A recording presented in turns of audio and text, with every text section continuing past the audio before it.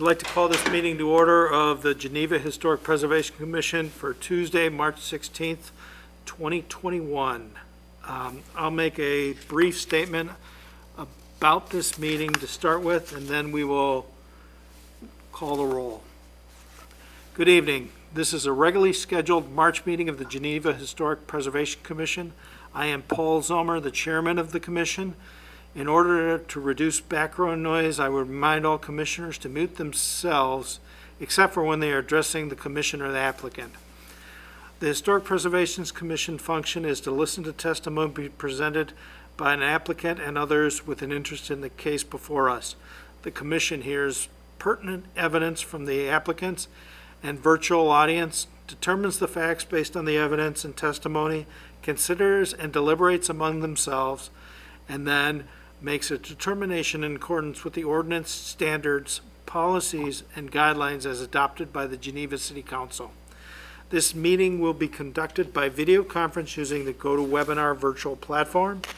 With our use of an electronic meeting platform for this meeting, we expect there may be some technical difficulties as we move through our agenda. Please bear with us. The meeting will proceed without a physically present quorum at the Historic Preservation Commission because of the disaster declaration related to COVID-19 and public health concerns affecting the city of Geneva. With the exception of limited city staff and myself, all commissioners and applicants and most participating in tonight's meeting are in different locations in accordance with social distancing guidelines. As allowed by the most recent guidelines, some applicants and guests may attend the meeting in City Council chambers following all precautionary protocols.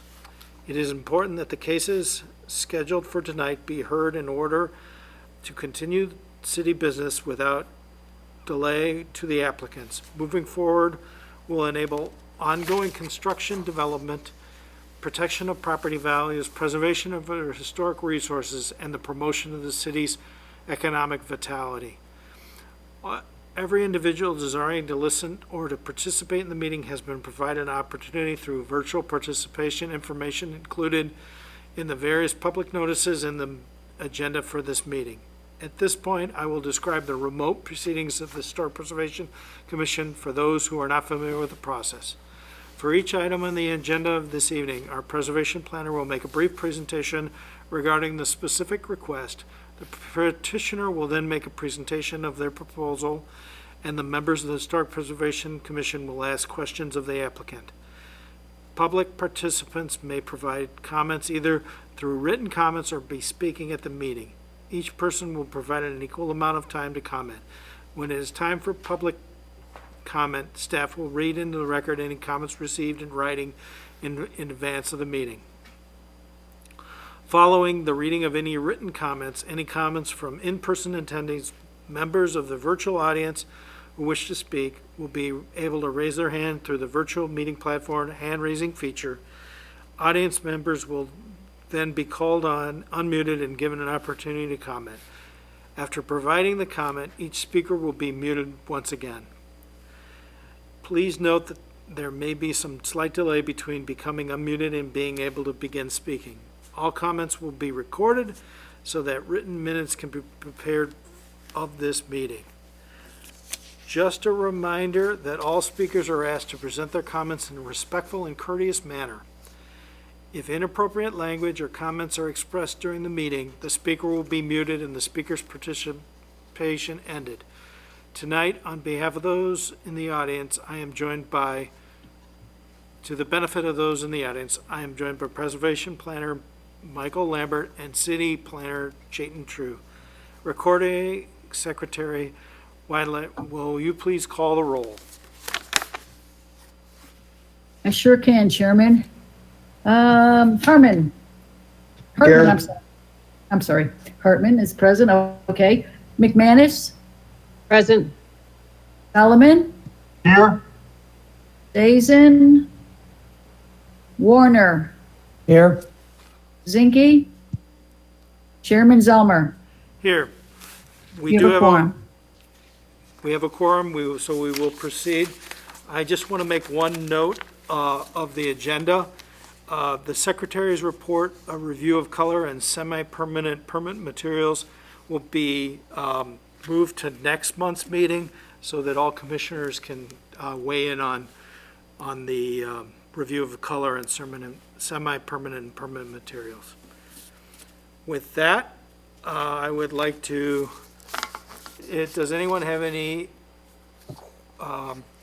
changes or additions to the meeting minutes of February 17th, 2021?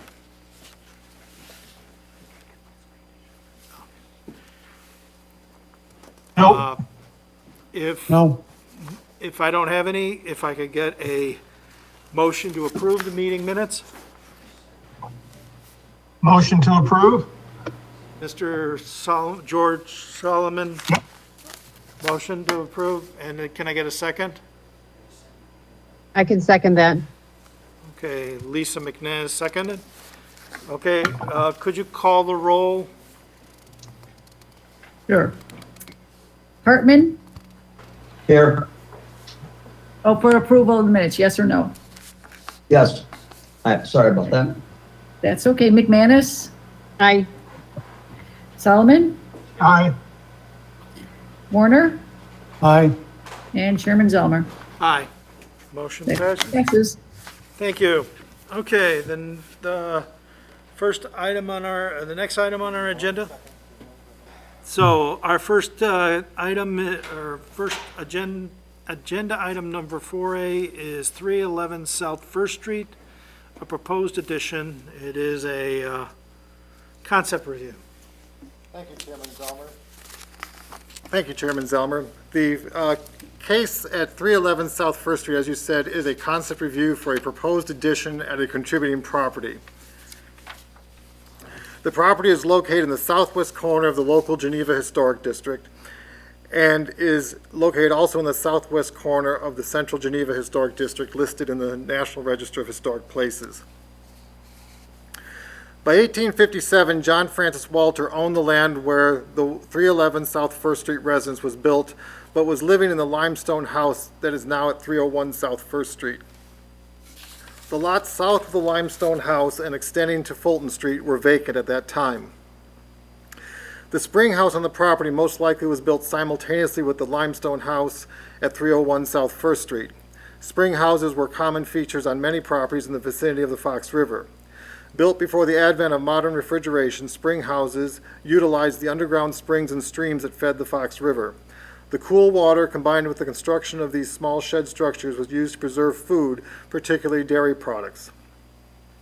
The Walter property, consisting of lots 8, 9, and 10, and 11 in Block 72 and fronting First Street between Franklin and Fulton Streets, was sold in 1858 to Eben Conant, a familiar pioneer name in Geneva.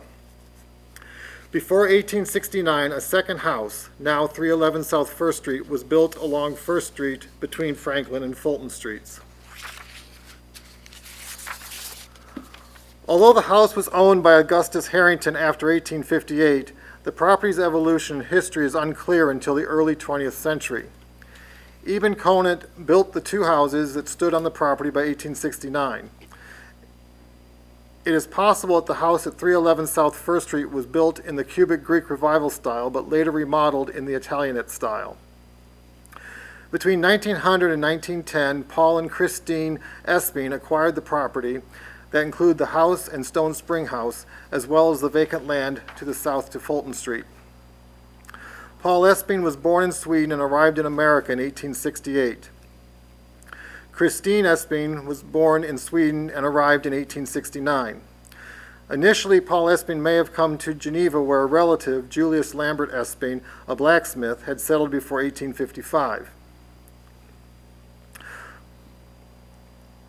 Paul Esping was a gardener nurseryman. As late as 1904, raised nursery stock on land that is now occupied by the Sandholm subdivision east of the Fox River and south of State Street. Prior to their move to the First Street property, the Esping family lived on Crissy Avenue, then known as East Batavia Street. Between 1914 and 1919, the southern portion of the property, now 327 South First Street, was sold to their son, Harry Esping. After their mother's death in 1922, two Esping daughters, Selma and Ellen, continued to live in the 311 South First Street home until July of 1928. Selma Esping was a longtime school teacher at both Geneva and Aurora. In July 1928, the property at 311 South First Street, as well as the property at 301 South First Street, the stone house, was sold to contractor August Wilson and architect J. Howard Raftery.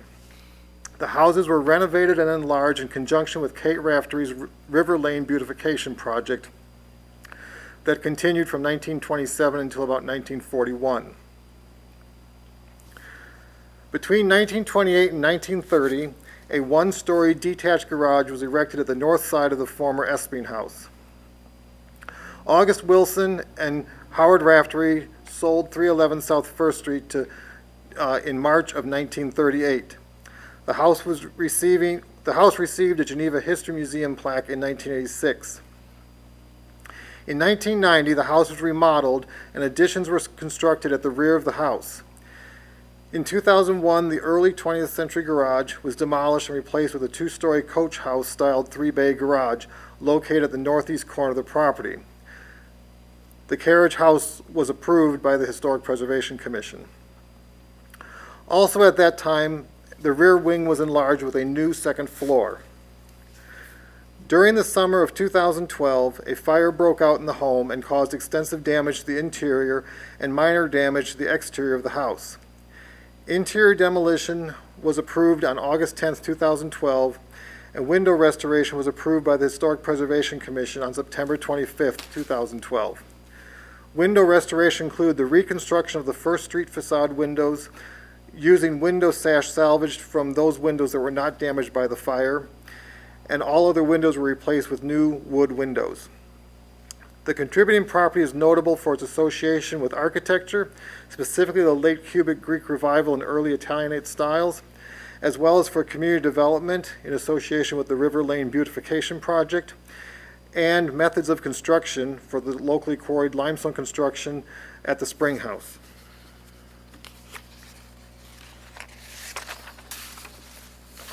The property is currently for sale. The prospective purchasers, Andrew and Amy Stebbin, require a fourth bedroom to accommodate their family. The Stebbins propose to construct a one-story addition at the south side of the historic Walter Conant house, depicted by the red rectangular area on this view.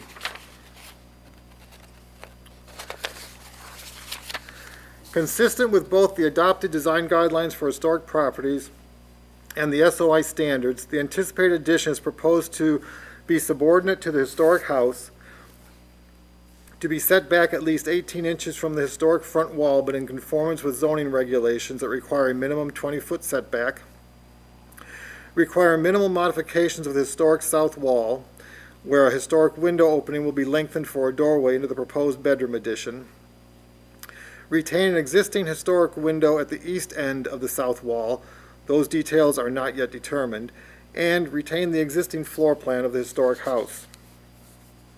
Exterior details and materials would match or be complementary to the materials of the historic Walter Conant house as remodeled and reconstructed over time. The addition will be obscured from First Street by a mature evergreen hedge. The purchase offer has been made subject to HPC review and comments regarding the proposed addition.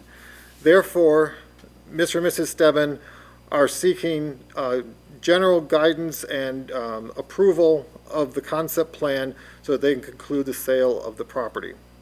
That ends my report, Chairman Zellmer. Thank you very much.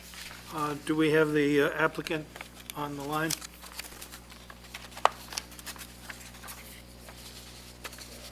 Okay. Andy, if you want to go ahead and unmute yourself, I will unmute you and you may proceed with your input. I am here, thanks. So in regard to, it was covered pretty much in detail. The intention here is to add a fourth bedroom. As you can see in the pictures that were up just before this, what is considered a fourth bedroom today isn't large enough for a bedroom for us. And so the idea is to maintain the exterior as much as possible, add a small addition on to the south side of the property, and conform in terms of the looks of it the materials used, all of that stuff conform within the guidelines that are set forth. Great. Any questions from the commission or comments?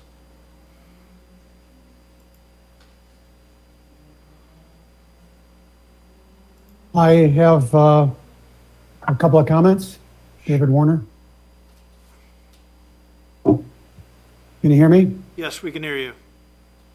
I have no objections. It looks good to me. The comment that the addition is to be obscured by landscaping, is that going to be part of the actual submission? And does HPC have jurisdiction in that? I think it's a nice touch, but I don't know how that can be required or what our, maybe it's a point of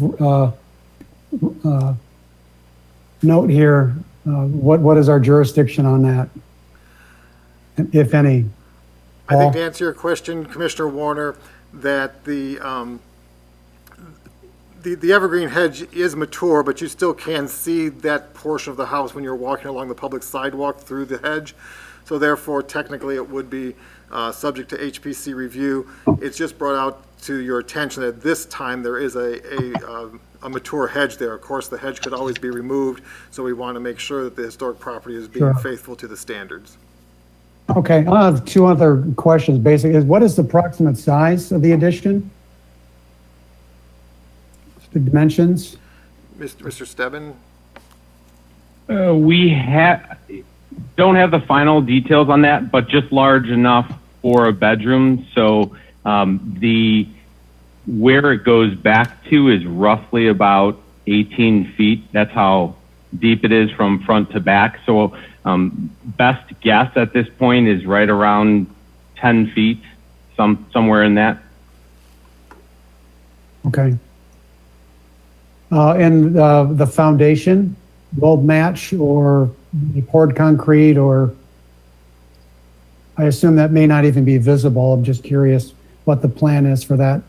Yeah, it would be, the idea would be to match. I don't know exactly if that needs, from a structural standpoint, if that's a crawl space or if that's concrete.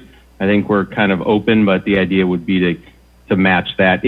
There isn't much space that in the actual, there's not much showing that you will see from that, but the idea would be to match. Okay. And the windows and siding is going to take the vocabulary from the main house? Yes, sir. Okay, looks good. I have no other comments or questions. Okay.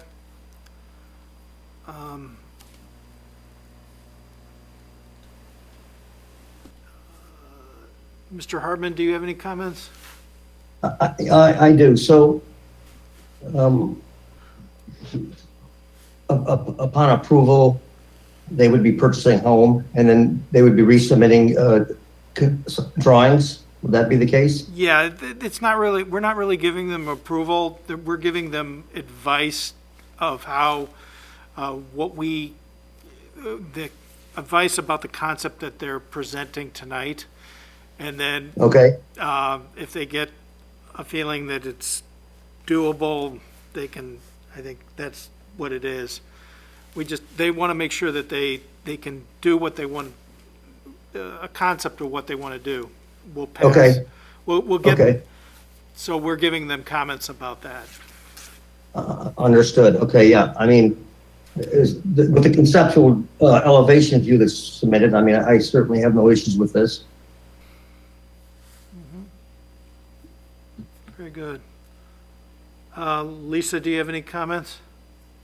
I think Commissioner Warner had kind of asked the question that I was going to ask about the hedge. It does look like that hedge, though, is stepped back. So I don't think that, even if the hedge didn't exist and it was on full view, I feel like, depending on what their final submittal of materials ends up being, just the rendering that's done here looks like it's in keeping with the nature of the original structure. It's not interfering with the facade of the original structure. So I think that from what I'm looking at here, it seems appropriate.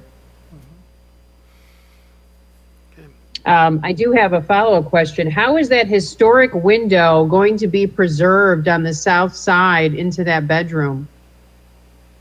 Unrelated to the topic at hand. So there are two that face on the south side. There's one that would be changed into the entry doorway into that bedroom, and there's a second one that's actually in the bathroom. In terms of exactly what we're going to do, we would keep that in place and figure out a best way to, I don't know if it's frosting of the glass or, well, not even necessarily obscure it, but kind of build it into the decor of that room, if you will. Nice team. Thank you. Mm-hmm. Okay. Mr. Solomon, I'm good. go ahead. Everybody answered my questions. Oh, good. That's good. I do have another question. There's an historic window that you're taking out where you're converting it to a door, right? Yes. Yes. And you'll keep that window, I hope. We can, absolutely. Yeah, I think we'd want to, I don't know, they've lived through one fire in here, maybe. For clarification, my understanding of the 2012 work is that the window opening is historic, but the window itself is a okay. replacement. Okay. That's my understanding. If of it's the- a replacement window, we wouldn't have any issue with anything. And actually, we probably wouldn't have an issue just as long as you keep the opening so that it can go back to where it was if you ever took off the addition. But I think what I'm hearing from the commission and what I think is that this is a appropriate addition, and it doesn't look like it would have any big issues as long as it detailed out the way you're kind of showing the concept here. So Agreed. with that, Excellent. I don't think we don't have to have any kind of motion or approval on this. So do you have any other questions for us? No, I think it would it sounds like next phase is obviously get an architectural drawing with a little bit more details in terms of materials and all of that stuff. So I would assume that's next phase and that's final approval, it seems like. It would be. You have to submit for a permit to be able to kick in our final approval. But Okay. as long as it meets this concept, it shouldn't be it should go very smoothly. Okay. Thank you all very much. Appreciate that. Thank you. Good luck. Thank Thank you. you. Okay. With that, our next item on our agenda is the secretary's report. I have no report this evening, Chairman Zelmer. Okay. With that, do we Wow, have that any was quick. new business from the commission? No. No? No? Do we have any new business from the public, that anyone raising their hand or anything? No hands are raised at this time, Chairman. Okay. Well, with that, I think we can, if I can get a motion to adjourn, Motion. and then a second? Second, Warner. Okay. And Celeste, if you could call the roll on that too, I guess. Sure. Hartman? Here. Aye. No, yes or no? Yes. Okay. McManus? Aye. Solomon? Aye. Warner? Aye. And Chairman Zelmer? Aye. Motion passes. We are adjourned.